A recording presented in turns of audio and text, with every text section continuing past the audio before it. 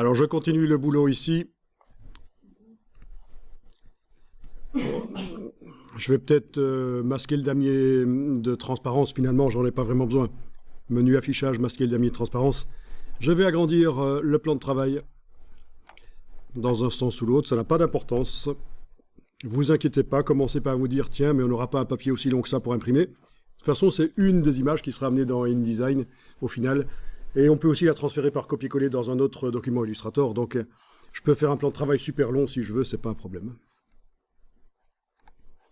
Donc outil plan de travail pour agrandir le plan de travail. Ensuite, flèche noire, je vais dupliquer l'entièreté du groupe ici. Quand on active avec la flèche noire, si c'est groupé, c'est le groupe qui se sélectionne. Avec la touche Alt, je déplace pour obtenir une copie. Alors, l'illustration est sélectionnée, enfin le groupe est sélectionné. Vous pouvez évacuer les vecteurs temporairement, on l'a dit tout à l'heure, par le menu affichage, masquer le contour de sélection, à ne pas confondre avec masquer le cadre de sélection. Ça, c'est pour enlever le cadre qui est autour de ce qu'on sélectionne et qui sert à faire une transformation manuelle. Ici, c'est bien masquer le contour de sélection. Voilà. Donc là, c'est normalement sélectionné, oui. C'est sélectionné, mais on ne voit plus les vecteurs. Vous allez utiliser des outils de modification de couleurs. Édition, modifier les couleurs. Édition, modifier les couleurs. Et vous allez pouvoir demander, par exemple, correction de l'équilibre des couleurs.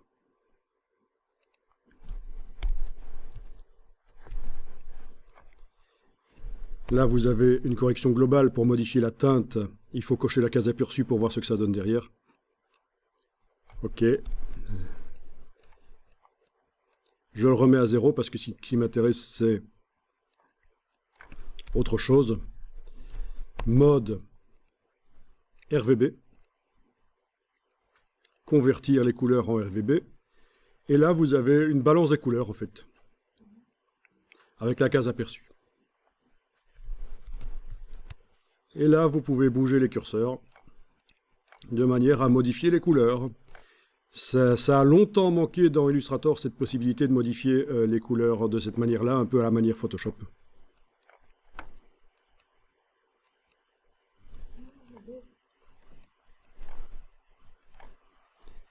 Ok, voilà. Alors, dans la palette nuancier, elle est là.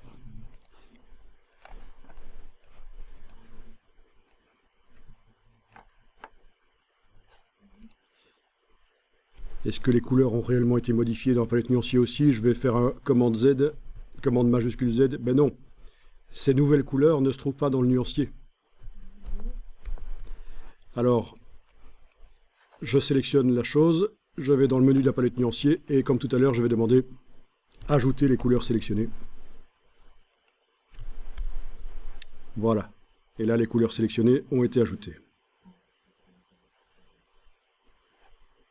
Et donc, même en n'ayant rien qui est sélectionné, en cliquant à côté de tout, je peux aller double-cliquer sur une des couleurs et avec la case aperçue là, aller la modifier. Donc, je viens de double-cliquer sur celle-ci et aller la modifier.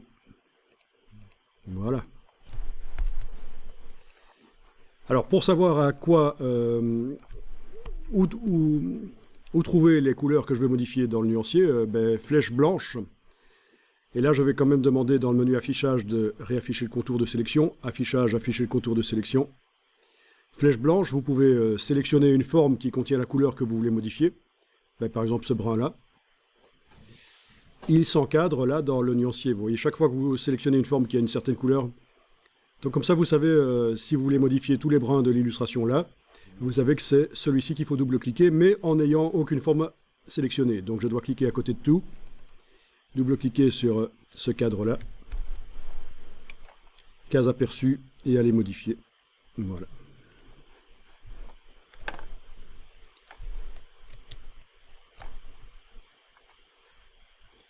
Donc là, vous avez vu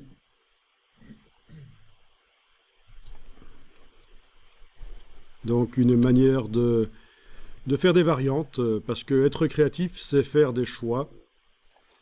Et pour faire des choix, une solution, c'est de multiplier les versions et puis de choisir.